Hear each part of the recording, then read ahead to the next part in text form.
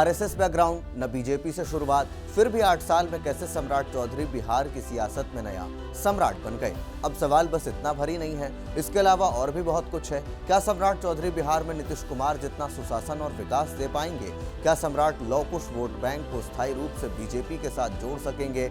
और क्या बीजेपी अब धीरे धीरे जदयू को कमजोर कर बिहार में अपना पूर्ण वर्चस्व स्थापित कर लेगी? आज की इस वीडियो में बात इन्हीं सवालों पर। नमस्कार, मैं ब्रह्मचारी आशीष और आप देख रहे हैं न्यूज़ इंडिया। बिहार की राजनीति में 15 अप्रैल 2026 का दिन ऐतिहासिक बन गया। नीतीश कुमार के इस्तीफे के बाद बीजेपी के सम्राट चौधरी ने लोक भवन में मुख्यमंत्री पद की शपथ ली। बिहार का 24वां मुख्यमंत्री बनते हुए वे राज्य के पहले बीजेपी मुख्यमंत्री बन गए। दशकों से बीजेपी इस पल का इंतजार कर रही थी। नीतीश कुमार की 2 दशक लंबी सत्ता के बाद एनडीए में सत्ता हस्तांतरण हुआ, लेकिन इस बार जो सत्ता की कमान थी वो बीजेपी के हाथ में आ गई। सम्राट चौधरी, जिन्होंने अपनी राजनीतिक शुरुआत आरजेडी से की, जदयू होते हुए सिर्फ 8 साल पहले बीजेपी ज्वाइन की, आज बिहार की सियासत के सबसे बड़े चेहरे बन चुके हैं। यह कहानी सिर्फ एक नेता की नहीं, बल्कि बिहार की बदलती सियासी हवा, जातीय समीकरणों, रणनीतिक दांवपेच और बीजेपी की ओबीसी आउटरीच की है। सम्राट का सफर आरएसएस के पारंपरिक बैकग्राउंड वाले नेताओं से अलग है। उन्होंने न तो संघ की शाखाओं में राजनीति की शुरुआत की और न ही बीजेपी की पारंपरिक छवि से। फिर भी पार्टी के तमाम दिग्गजों को पीछे छोड़कर मुख्यमंत्री बन गए। कैसे? शुरू से शुरू करते हैं। सम्राट चौधरी का असली नाम राकेश कुमार है, लेकिन राजनीति में वे सम्राट के नाम से मशहूर हुए। उनका जन्म 16 नवंबर 1968 को मुंगेर जिले के लखनपुर गांव में हुआ था। वे कुशवाहा कोयरी समुदाय से ताल्लुकात रखते हैं, जो बिहार की ओबीसी राजनीति में लवकुश यानी कुर्मी कोयरी समीकरण का अहम हिस्सा है। पिता शकुनी चौधरी बिहार की सियासत के पुराने घुड़सवार थे। शकुनी चौधरी 1936 में पैदा हुए। सेना से रिटायर होने के बाद राजनीति में वे आए। वे कांग्रेस से शुरू करके समता पार्टी के संस्थापक सदस्य बने, फिर जदयू आरजेडी तक पहुंचे। उन्होंने विधायक और लोकसभा सांसद तक का सफर तय किया। शकुनी चौधरी ओबीसी चेहरा के रूप में जाने जाते थे और बिहार की पिछड़ी जातियों की राजनीति को मजबूत करने में उनकी भूमिका बहुत अहम रही। मां पार्वती देवी भी राजनीति में सक्रिय रही और तारापुर से विधायक रह चुकी हैं। इस पारिवारिक विरासत ने सम्राट को 90 के दशक में ही सियासी मैदान में उतार दिया। पिता की राजनीतिक ताकत और संपर्कों ने उन्हें आरजेडी में करीब लाया।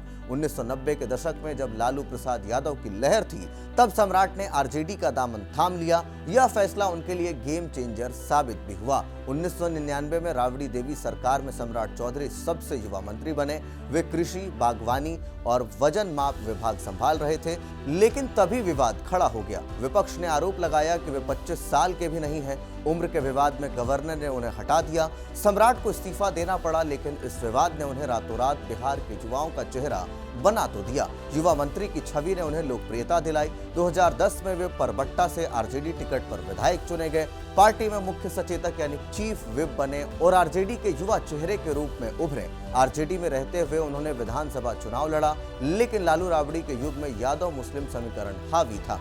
कोयरी कुशवाहा वोट बैंक में सम्राट की पकड़ मजबूत थी, लेकिन पार्टी में उन्हें ज्यादा तवज्जो नहीं मिली। बिहार की सियासी मिजाज को भांपते हुए उन्होंने 2014 में 4 आरजेडी विधायकों के साथ पार्टी छोड़ दी और जदयू में एंट्री कर ली। यह कदम उस वक्त आया जब नीतीश कुमार की जदयू बीजेपी गठबंधन टूटी थी और नीतीश सरकार अल्पमत में थी। सम्राट ने तब अहम भूमिका निभाई और बाद में उन्हें जीतन राम मांझी सरकार में मंत्री बनाया गया। जदयू में सम्राट को चौधरी का खिताब मिला। मांझी सरकार में शहरी विकास मंत्री रहे, लेकिन नीतीश कुमार दोबारा सीएम बने तो कैबिनेट में जगह नहीं मिली। जदयू में राजनीतिक तवज्जो कम होने से उन्होंने मोह भंग कर लिया। 2015 के विधानसभा चुनाव में वे हार गए, लेकिन जदयू छोड़ने का फैसला वे पहले ही कर चुके थे। 2017 में उन्होंने बीजेपी का दामन थाम लिया। यह स्विच उस वक्त हुआ जब बीजेपी केंद्र में मजबूत हो रही थी और यूपी में केशव प्रसाद मौर्य जैसे ओबीसी चेहरों को बढ़ावा मिल रहा था। सम्राट ने केशव मौर्य के जरिए अमित शाह से मुलाकात की। बीजेपी को बिहार में आत्मनिर्भर बनाने के लिए एक मजबूत कुशवाहा कोयरी नेता की जरूरत थी।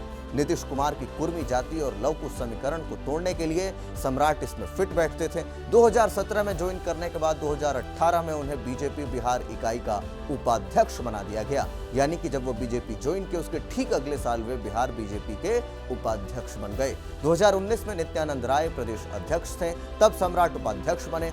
2015 में चुनाव हारने के बावजूद बीजेपी ने उन्हें ओबीसी चेहरा बनाने के लिए विधान परिषद भेज दिया। बीजेपी में सम्राट की तरक्की तेज रही। 2020 के विधानसभा चुनाव में वे स्टार प्रचारक बने। नीतीश कुमार की एनडीए सरकार में उन्हें पंचायती राज मंत्री बनाया गया। 2022 में नीतीश कुमार ने बीजेपी से गठबंधन तोड़कर महागठबंधन बनाया तो बीजेपी ने सम्राट को विधान परिषद में नेता प्रतिपक्ष बनाया। 2023 में उन्हें बीजेपी बिहार का प्रदेश अध्यक्ष बनाया गया। इसी दौरान उन्होंने मुरेठा यानी पगड़ी बांधकर नीतीश कुमार को हटाने की कसम खाई। उन्होंने कहा, पगड़ी तब तक नहीं उतारूंगा जब तक नीतीश को सत्ता से नहीं हटाऊंगा। यह आक्रामक तेवर उन्हें बीजेपी का जुझारू चेहरा बना गया। इसी के साथ सम्राट ने नीतीश के सबसे मजबूत वोट बैंक लव कुश में सेंध लगा दी। कुशवाहा कोयरी समाज को बीजेपी के करीब लाने में वे कामयाब रहे। 2023-24 में नीतीश की एनडीए वापसी पर सम्राट को डिप्टी सीएम बनाया गया। उन्होंने रामलला को पगड़ी चढ़ाई और खुद को नीतीश का सियासी उत्तराधिकारी साबित करने में लगातार जुटे रहे। डिप्टी सीएम रहते हुए वे सत्ता के मजबूत प्रशासक बने। वित्त, गृह, स्वास्थ्य, शहरी विकास जैसे अहम विभाग उन्होंने संभाल लिया था। 2025 के विधानसभा चुनाव में वे तारापुर से जीते और बीजेपी को सबसे बड़ी पार्टी बनवाया।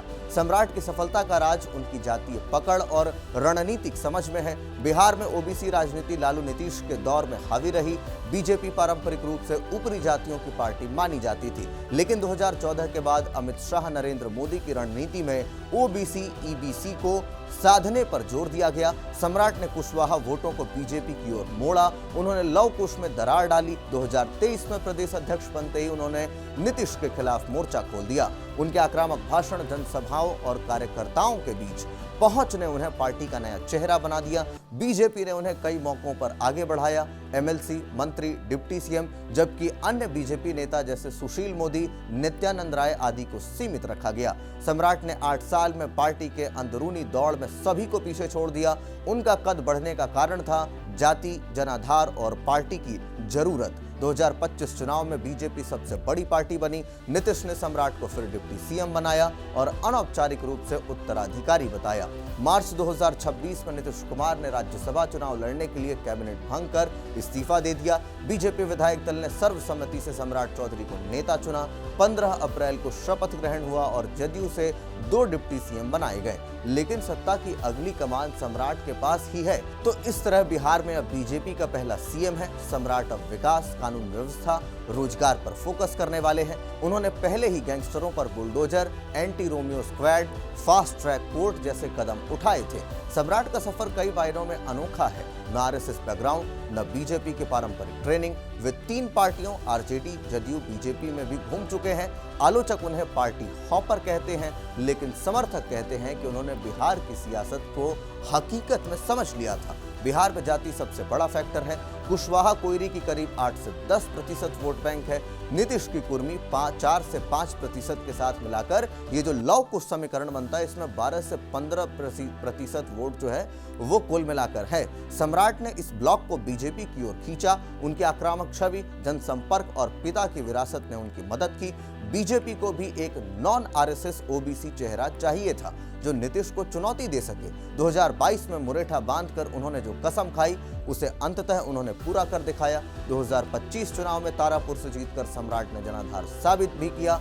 सम्राट के सीएम बनने से बिहार की राजनीति में एक नए दौर की शुरुआत हो गई है। नीतीश युग खत्म हो चला है। जदयू अब सहयोगी है, लेकिन बीजेपी ड्राइविंग सीट पर है। महागठबंधन, आरजेडी, कांग्रेस, लेफ्ट को नई चुनौती मिलने वाली है। सम्राट कानून व्यवस्था पर यूपी मॉडल ला सकते हैं। विकास एजेंडा, बजट बढ़ाना, नौकरियां, गरीबी हटाना, ये सब काम जारी रहेंगे, लेकिन जातीय समीकरण फिर से गर्म होंगे। सम्राट ने साबित कर दिया कि बिना पारंपरिक बैकग्राउंड के भी सियासी चोटी हासिल की जा सकती है। बिहार में ओबीसी राजनीति अब बीजेपी के हाथ में है। यह 8 साल का सफर दिखाता है कि रणनीति, समय और जाति का सही मेल कितना पावरफुल हो सकता है। सम्राट चौधरी अब बिहार के सम्राट बन चुके हैं, लेकिन सवाल अभी भी यही है कि क्या वे विकास और स्थिरता ला पाएंगे या जातीय राजनीति फिर से हावी होगी। बिहार की जनता सब कुछ देख रही है। इस पूरे विषय को लेकर आपका क्या कुछ सोचना है, कमेंट बॉक्स में हमें अपनी राय लिखकर जरूर दें। धन्यवाद।